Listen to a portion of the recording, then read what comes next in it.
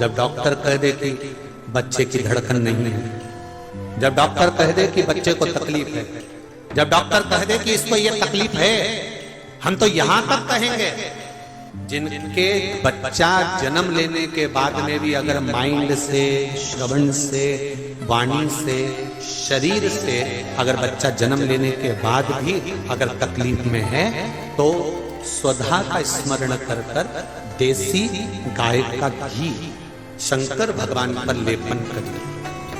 क्या लेपन करना है? देसी गाय, जर्सी गाय नहीं, देसी गाय का घी शिव जी पर सोमवार की अष्टमी के दिन लेपन करिए और लेपन कर कर उस घी को उंगली से उठा कर लिया। जो बच्चा दृष्टि से, श्रवण से, वाणी से, शरीर से जन्म के बाद में तकलीफ में है और अवस्था उसकी छोटी है, अगर वो 10 साल के अंदर अंदर का है तो उस बच्चे की नाभि में वो घी थोड़ा सा कुनकुना कर कर ठंडा होने के बाद उसको डालिए और बच्चे की उस घृत से नैनों के पास, श्रवण शक्ति के पास थोड़ी थोड़ी मालिश करना सुधा माता के नाम से प्रारंभ करिए। थोड़ा दिन 2-3 महीने कर कर देखिए, बच्चे में थोड़ा थोड़ा सा फल आना प्रारंभ हो जाएगा और धीरे धीरे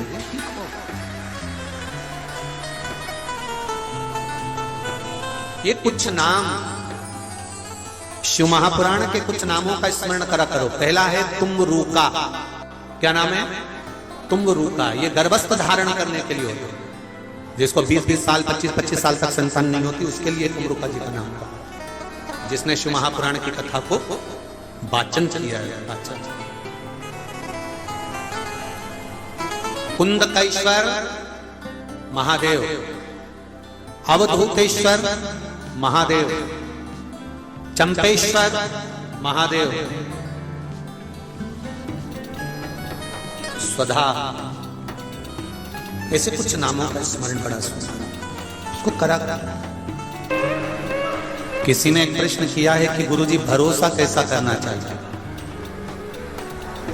विश्वास कैसा करना चाहिए, भरोसा कैसा होना चाहिए, विश्वास कैसा होना चाहिए? तो शिव महापुराण की कथा का ये शब्द अपनी जिंदगी में उतार कर रखना।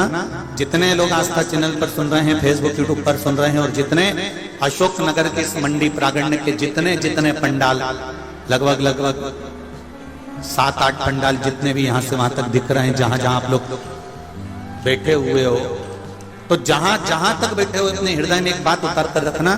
लोग कहते हैं कि भरोसा कैसे करना है, विश्वास कैसे करना है? तो शिव महापुराण की कथा कहती है, एक बच्चे को जब हवा में उछालते हैं और हवा में उछालते हैं उस बच्चे को, तो वो बच्चा मुस्कुराता है, वो बच्चा हंसता है, वो बच्चा प्रसन्न होता है।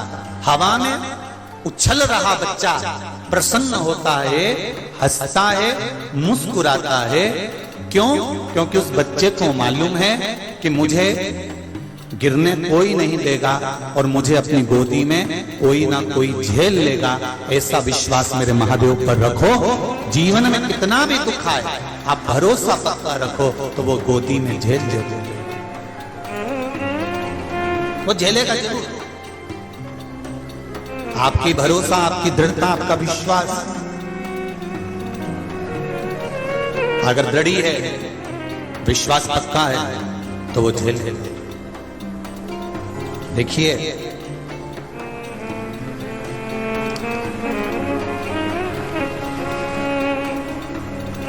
एक अच्छे युग के निर्माण में 4 लोगों की भूमिका ज्यादा होती है।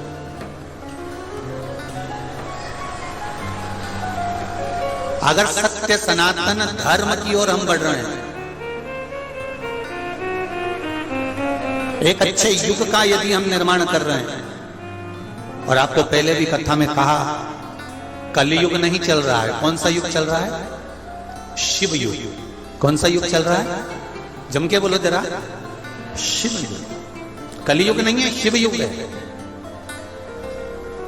आप जितना भगवान का भजन करोगे, आप जितना स्मरण करोगे, आप जितना शंकर जी का गुणगान करोगे, आप अपने नजदीक के शिव मंदिर में जितना जाओगे, प्रणाम करोगे, गुणगान करोगे, भजन करोगे, मेरा देव अधिदेव महादेव कहेगा किसी के पास जाने की जरूरत नहीं है। अगर तू मेरे मंदिर में आ रहा है तो तेरी सारी समस्या मेरी है और मैं उसको समाप्त कर दूंगा।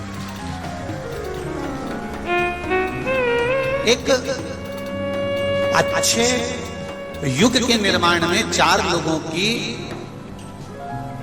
हाजिरी, 4 लोगों की प्रबलता बहुत जरूरी है, उपस्थिति जरूरी है। पहले नंबर पर है माता, दूसरे नंबर पर है पिता, तीसरे नंबर पर है गुरु और चौथे नंबर पर है नगर का राजा। ये 4 पात्र ऐसे हैं, ये चार पात्र ऐसे हैं जो हमारे युग का निर्माण करने वाले हैं और संपूर्ण विश्व का एक आनंद देने वाले हैं। पहले नंबर पर कौन है? जम के बोलो जरा, माता। जम के बोलो जरा, माता। पहले नंबर पर अच्छे युग के निर्माण में माता की उपस्थिति जरूरी है।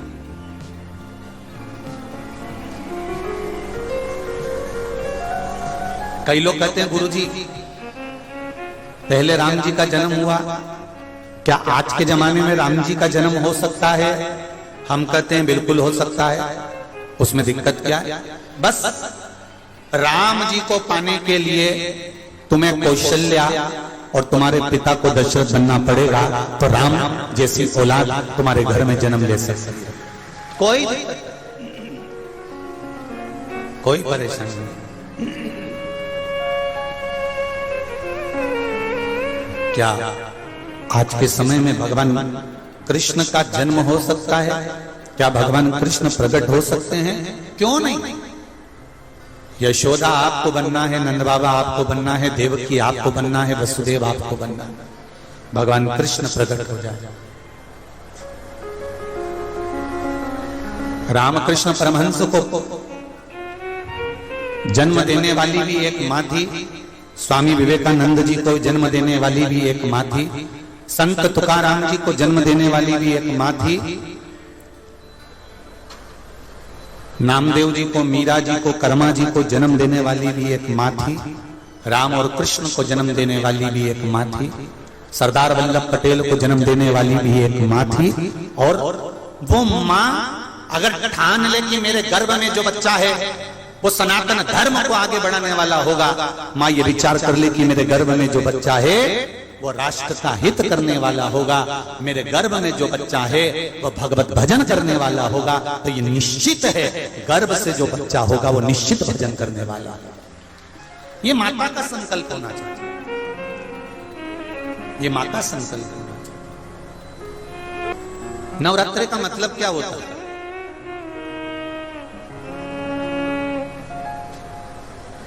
केवल 9 दिन तक देवी की आराधना कर लो, नंगे पैर ले लो, थोड़ा सा साबूदाना का फरियाल कर लो, मोरधन, चिप्स, पापड़ ये खा लो, या किसी देवी जी के मंदिर में जाकर नंगे पैर झंडा उठा के, ध्वजा उठा के, चुंदड़ी पकड़ के माता जी के मंदिर तक चले जाओ। क्या केवल नवरात्रि का मतलब यही है? या फिर कहीं गरबा हो रहा हो तो गरबे में चले जाओ? क्या नवरात्रि का मतलब केवल यही है? या घर में जोत लगा लो, नवरात्रि का मतलब यही है? घर में जवारे बो दो, नवरात्रि का मतलब क्या यही है? घट स्थापना कर दो, क्या नवरात्रि का मतलब केवल यही है? अगर नवरात्रि का मतलब जानना है तो आपके मन में विचार आना चाहिए कि ये नवरात्रि केवल घट स्थापना के लिए नहीं होती है, ये नवरात्रि हमारे भीतर एक नारी के सम्मान के लिए प्रकट होती है कि नारी का सम्मान कैसे।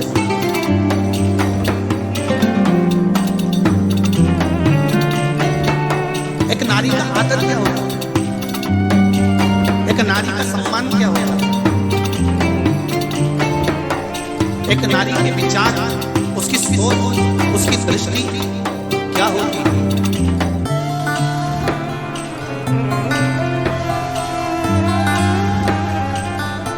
पिता और माता के निर्माता हैं ये चार, उसमें माता, पिता, गुरु और राजा। जो क्षेत्र का राजा होता है, नगर का राजा होता है, वो भी युग का निर्माता होता है कि वो अपने राज्य को धारण कर किस तरह से व्यवहार करता है। माता अपने बच्चे को क्या सिखाती है, क्या सिखाती? आप में से कितनी माताएं हैं जिनके बच्चे रोज प्रणाम करते, चरण जब डॉक्टर कह दे बच्चे देखा देखी में उठा देना दीजिए, जब डॉक्टर कह दे कि बच्चे को देखा देखी में तो काम बिगड़, जब डॉक्टर कह दे कि इसको ये तकलीफ है, हम तो यहाँ तक काम बिगड़ जाता है। चाहे बच्चा जन्म लेने के बाद अगर माइंड लिखने के लिए आ गया कि दिल्ली की सबसे बड़ी मीनार का नाम बच्चा जन्म लेने के बाद आगे वाले ने लिख दिया दिल्ली में कुतुब मीनार है, उसके पीछे जो बैठा था उसने आगे वाले की कॉपी में से नकल कर लिख दिया दिल्ली में कुतिया बीमार है। क्या लेखन करना है? देसी गाय, जर्सी गाय नहीं तो देसी गाय का दही याद उसको भी था, उसको भी मालूम था कि दिल्ली में कुतुब मीनार है, पर उसने आगे वाले करिए के चक्कर में अक्षर पूरा नहीं पाया, इसलिए किया दिल्ली में कुतिया बीमार कर दिया। जो बच्चा दृष्टि से, श्रवण से, वाणी से, शरीर से, इतनी माताओं ने हाथ उठाया, सबने किसी ने हाथ उठाया जी मेरे बेटा मुझे प्रणाम करता है, नमन करता है, तो दंडवत करता है, प्रणाम करता है। जितनी माताएं बैठी हैं इन सबसे निवेदन है पास जब तक खिला है इसे पास नवा दो, श्वास अगर सूख गया थोड़ी थोड़ी नवाओगे तो वो सुधा माता के नाम से। बच्चा जब तक छोटा है उसको झुकना सिखा दो, अगर झुकना सीख गया तो वो आगे बढ़ जाएगा, ये निश्चित प्रारंभ हो जाएगा। तो धीरे धीरे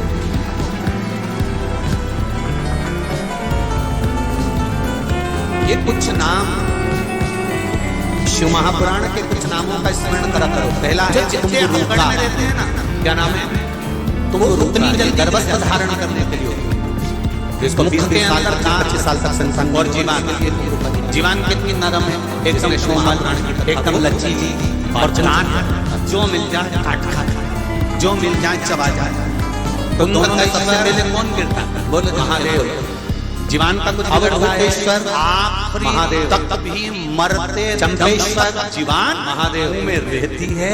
तो जीवान से दांतों ने पूछा कि तू आखिरी तक रहती है और हम बीच में चले जाते हैं। तो जीवान ने कहा केवल मेरी नम्रता, मेरी लचकता और मेरे झुकने का किसी ने किया है कि भरोसा मैं नम्र रहती हूँ, नरम रहती हूँ, कोमल रहती हूँ, विश्वास के आगे झुकती रहती हूँ। तुम्हारे आगे भरोसा कैसा होना चाहिए, विश्वास कैसा होना चाहिए। इसलिए तो शिव महापुराण की कथा का ये शब्द अपनी जिंदगी में उतार कर रखना।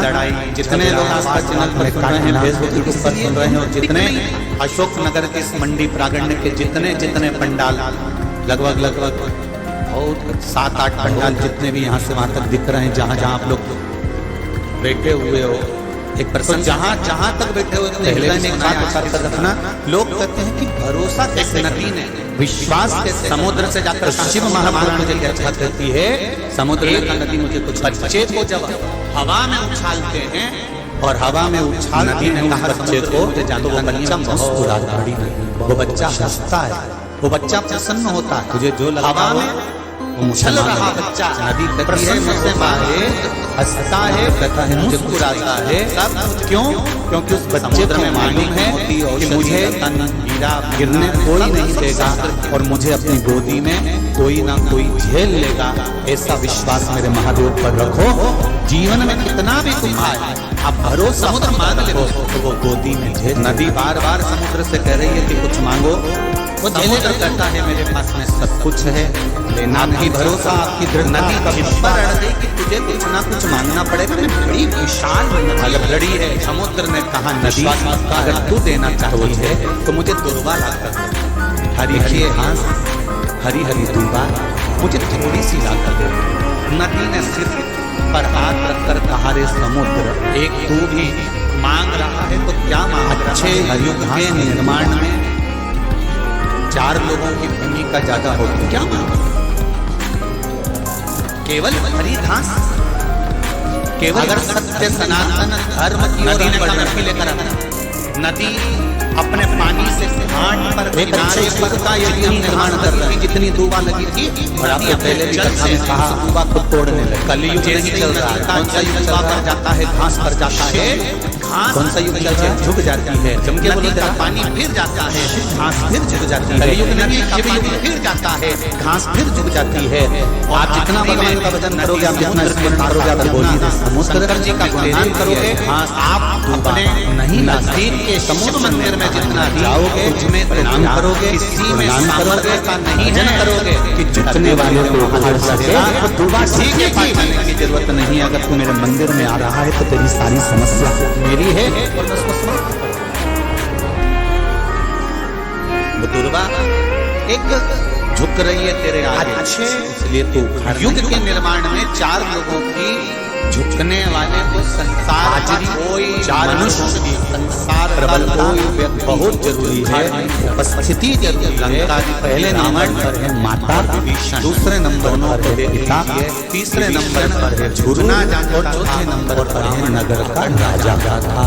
ये 4 पात्र ऐसे हैं, ये 4 पात्र ऐसे हैं जो हमारे जो युग का निर्माण करने वाले हैं, वो सारे पूर्ण एक आनंद देने जाते हैं। और पहले नंबर पर होते हैं वो जम के बोलो लड़कर मारे रहते हैं, जम के बोलो जो सुख है। नंबर पहले नंबर पर अच्छे युग के निर्माण में माता की उपस्थिति नहीं मिलेगी।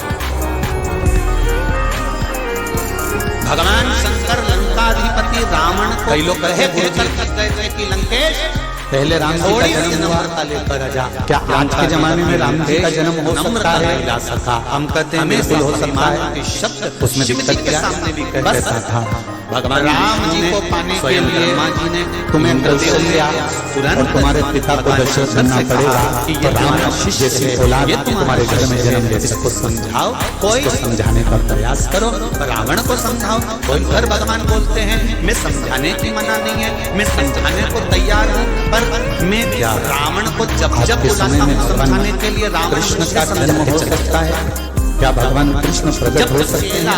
क्यों नहीं गुरु को ज्ञान देने लगे? यशोदा आपको बनना है, नंद बाबा आपको बनना है, देवकी आपको बनना है, वसुदेव आपको बनना। भगवान कृष्ण प्रकट, तुम इनको समझाते क्यों नहीं? मैं तो समझाता। रामकृष्ण परमहंस को मैंने समझाने में कहा, जन्म देने वाली भी एक माँ थी।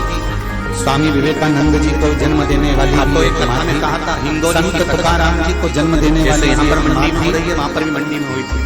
हिंगोली की कथा में कहा था जिस नामदेव जी को, मीरा जी को, कर्मा जी को जन्म देने वाली, जिन नवयुवक बेटा बेटी राम और कृष्ण को अपने माँ बाप के शब्द सरदार वल्लभ पटेल को जन्म देने वाली भी मित्र दोस्तों के सम्मान, पड़ोस अगर ध्यान ले कि मेरे घर के शब्द चाहे अच्छे लगने वो सनातन धर्म को आगे बढ़ाने वाला होगा। ये विचार कर ले कि मेरे घर में एक नहीं चाहे वो राष्ट्र का हित करने वाला होगा।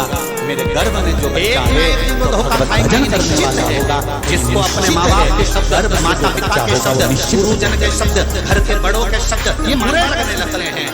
एक ना एक दिन उसको संसार में धोखा खाना ही पड़ता है, ये निश्चित है। नवरात्रि का मतलब क्या होता है?